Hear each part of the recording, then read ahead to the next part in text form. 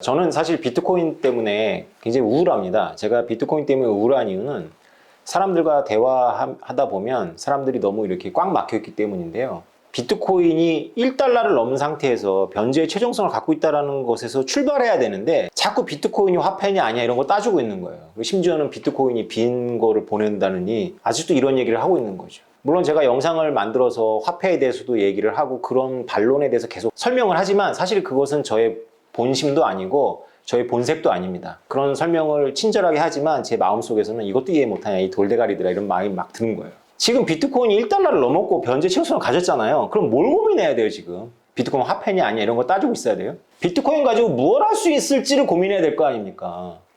아니 세상에 전 세계 어디도나 갈 수 있는 게 가치물이 그냥 핸드폰에서 핸드폰 전송이 되는 거죠. 폭력에도 의지하지 않고 법에도 의지하지 않는 게 그냥 왔다 갔다 하는데 이것을 가지고 흥분해야 되는데 그게 뭐냐. 제가 철기시대 얘기해 드렸잖아요.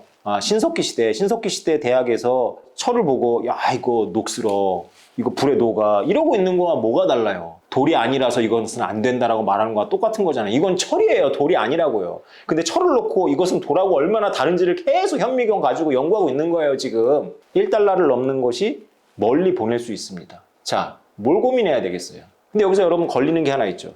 좋은 얘기야. 근데 이게 가격이 변동하잖아. 그것도 엄청나게.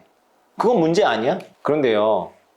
비트코이너들은 저를 비롯한 비트코이너들, 이론적 비트코이너들은 거의 제가 자신은 못하겠지만 거의 단 한 명도 가격의 변동성을 가지고 고민을 안 해요. 이상하게도 비트코이너들은 가격의 변동성에 관심이 없는 거예요. 그럼 이 사람들은 현실을 무시하는 건가요? 현실에 살고 있지 않은 건가요? 가격의 변동성이 현실적인 문제잖아요. 근데 마치 비트코이너들은 비트코인이 일단 가격만 가지면 괜찮아 라는 입장인 것 같아요. 여러분들 이상하죠? 오히려 비트코인의 가격에 대해서는 정부 관료나 경제학자들이나 일반인들이 자꾸 문제를 제기하는데 비트코이너들은 여기에 대해서 별로 대답을 안 해요.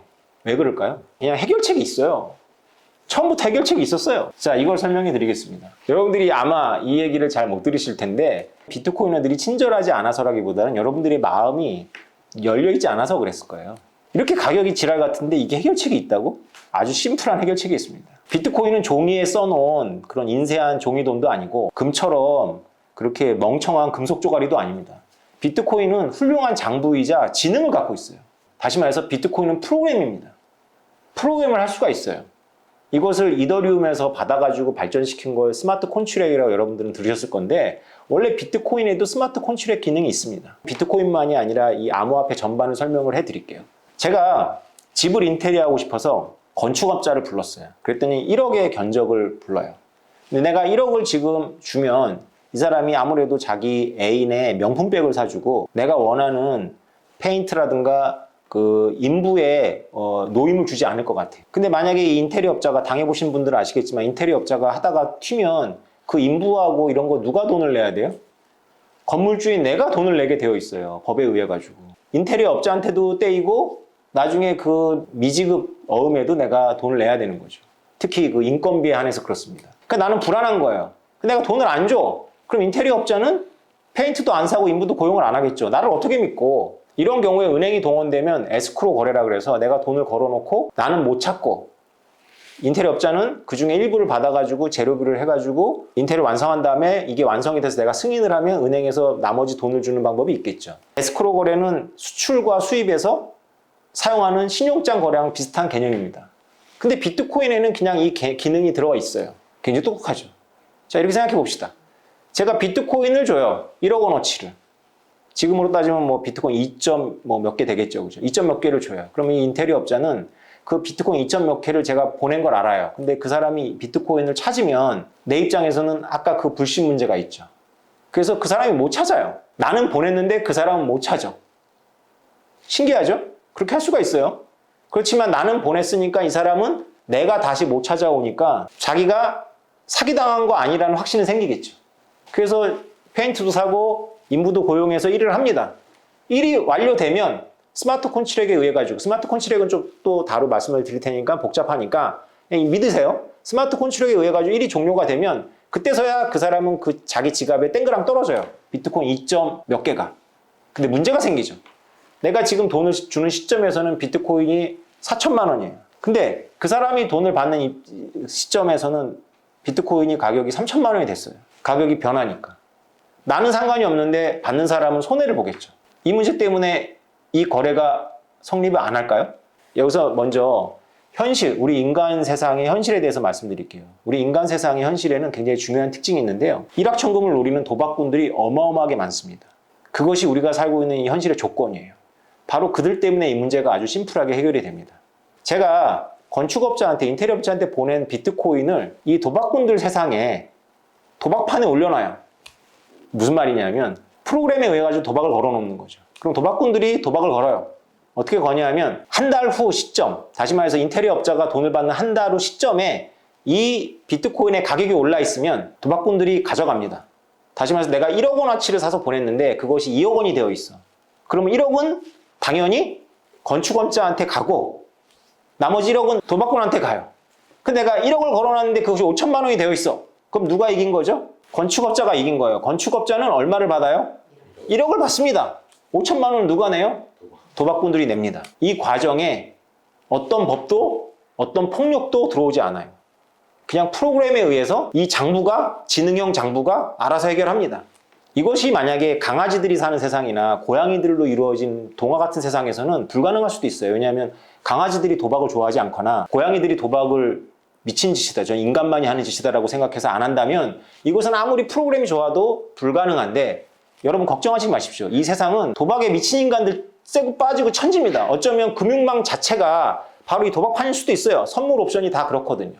도박의 원리는 똑같습니다. 누군가는 비트코인이 오른다에 걸고 누군가는 비트코인이 떨어진다에 걸어요. 이 오른다에 거는 것을 롱이라고 하고요. 떨어진다에 거는 것을 숏이라고 합니다. 금융의 모든 도박이 바로 롱과 숏의 게임입니다. 다시 말해서 저나 건축업자는 도박을 할 생각이 없으면 롱에도 안 걸고 숏에도 안 거는 거죠. 우리는 그냥 1억을 믿을 수 있을 때 내가 지불하는 것에 거는 거고 오르면 도박꾼 니네 갖고 가, 롱에 거네가. 떨어지면 숏에 건 사람이 이기는 거고. 해결됐잖아요. 도박꾼들이 이렇게 껴든다는 걸 알기 때문에 건축업자는 저한테 받은 돈을 제가 다시 회수할 수 없다라는 믿음을 갖고 인부를 고용하고 페인트를 살 거고 저는 건축업자가 그 돈을 갖고 인부를 고용하고 페인트 살 걸 믿기 때문에 미리 지불할 수가 있는 거죠. 나머지는 다 뭐가 알아서 한다고요? 두 개가 알아서 합니다. 나머지는 프로그램과 도박꾼들이 알아서 합니다. 그래서 비트코이너들이 가격의 지랄 같은 앙등이 비트코인이 1달러가 넘어서 변제의 최종성을 갖고 유통이 되는데 어떤 장애도 안 된다라고 생각을 하고 있는 거예요. 너무나 심플하게 해결이 되잖아요. 근데 여러분들 이걸 못 들어봤죠. 아무도 이렇게 얘기를 안 해줬죠. 책에 다 있습니다. 비탈릭이 뜬 것도 바로 이 논문을 가지고 뜬 거예요. 비탈릭이 이더리움을 만들 즈음에 바로 이 제가 지금 말한 거를 그대로 논문으로 써가지고 스마트 컨트랙의 기본 기능이라고 해가지고 이더리움을 만들고 이 사람들이 이더리움을 열광한 겁니다. 그러니까 쉽게 말해서 이렇게 말씀드리면 여러분 대단히 죄송하지만 늘 그렇죠. 여러분만 몰랐던 거예요. 저는 그러니까 이걸 언제 안 거죠? 저는 7년 전에 알았던 겁니다. 그래서 7년 전에 알았으니까 이렇게 주변에 얘기를 했는데 제가 7년 동안 무슨 말을 들었겠어요? 늘 그놈의 가격이 그렇게 변동하는데 어떻게 하느냐라는 이야기를 지금도 듣고 있습니다. 좋은 명문대학 유학 갔다 와가지고 똑똑하다라고 우리나라에서 인정받는 이런 분들하고도 제가 통화를 하면 꼭 하는 말이 있어요. 그 가격이 그렇게 요란해가지고 그걸 어디다 쓰냐? 특히 이렇게 폭락했을 때 그런 말 많이 하죠. 걱정하지 마세요. 그분들의 세상이 현실적인 게 아니라 제가 바라보는 세상이 현실적입니다. 그분들은 마치 세상에 무엇이 없는 것처럼 사고를 하는 거예요. 도박꾼이 존재하지 않는 것처럼 사고를 하는 거예요. 근데 현실에는 도박꾼들이 존재하기 때문에 아무 걱정을 안 해도 됩니다. 얼마든지 숏에 걸 수 있는 사람이 있고 롱에 걸고자 하는 사람들이 있는 거예요. 그래서 이것은 아무 문제가 안 됩니다. 근데 문제는 뭐냐면 우리가 이제 주목을 해야 될 건 이런 도박판이 그냥 소규모로 이루어지는 것이 아니라 지금 여러분들이 알고 있는 디파이라든가 이런 모든 것들이 이 도박판이 어떤 규모에서 이루어지는지 생각해 보셔야 돼요. 이 도박판이 이루어지는 규모가 전 지구적이고 전 지구적인 생산물에 전부 적용이 된다는 겁니다. 여러분 지금 아직도 현미경 들고 비트코인은 이 가격 때문에 뭐에 쓰느냐, 이게 화폐냐 아니냐 도라고 계속 비교하고 계실 거예요? 아니면 이것이 바꿀 수 있는 세상에 저처럼 이렇게 뛰어들어서 공부하고 돈 벌 생각을 하고 어떤 사업거리를 찾고 어떤 문제를 해결할 수 있는지를 고민하고 흥분하고 전율하고 사실 거예요. 선택을 하십시오. 아직도 제 말을 듣고 비트코인 저거 돈이 맞아 안 맞아?